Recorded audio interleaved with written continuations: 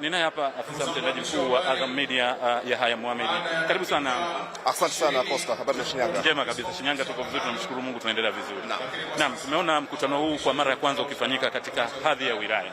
Lakini katika hotuba ya Mheshimiwa Rais amezungumza nafasi ya Azam TV katika kukuza soka la Tanzania. Pengine kwako hili unalitazama vipi?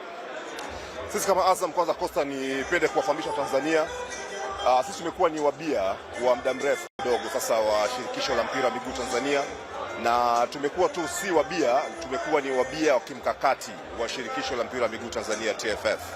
Toka tumeanza kufanya kazi hii na TFF leo zaidi ya karibu miaka 13 na kwenda 14, tumekuwa na malengo maalum katika kuhakikisha kwamba tunakuza mpira wa Tanzania.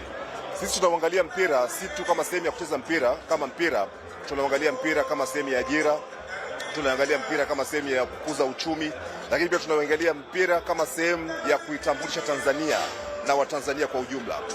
Leo ukizungumza soka letu la Tanzania, amezungumza mmoja, mmemsikia rais wa TFF anasema alikuwa Morocco kwenye michuano ya AFCON. Watu wamekaa wanauangalia mpira wa Tanzania.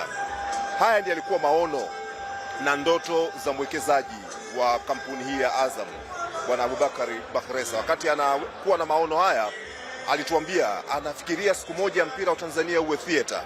Mimi sikumuelewa anamaanisha nini, lakini kwa kadiri ambavyo tulikuwa tukiendelea kujadili na kupanga mipango ya kushughulikia ligi ya Tanzania, leo hii Watanzania wote watakubali kwamba mpira wa Tanzania umekuwa theater, na si tu theater, imekuwa ni kimoja ya burudani kubwa kwa Watanzania, lakini imekuwa ni moja ya kielezo cha kitaifa, lakini imekuwa ni sehemu kubwa ya kuwafanya Watanzania kukaa, kutulia na kufurahia mpira wao. Kwa hiyo haya kwetu yamekuwa ni kama maono, kama taasisi, lakini pia tumekuwa ni moja katika chachu ya kuhakikisha kwamba miundombinu ya mpira inakuwa rafiki.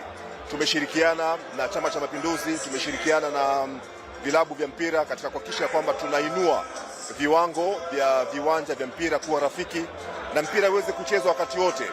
Watu waweze kuona mpira mchana, watu waweze kuona mpira jioni, watu waweze kuona mpira usiku. Hii imekuwa ni ndoto ya muda mrefu. Tunashukuru leo karibu viwanja 5 Tanzania vina taa za kucheza mpira wakati wa usiku.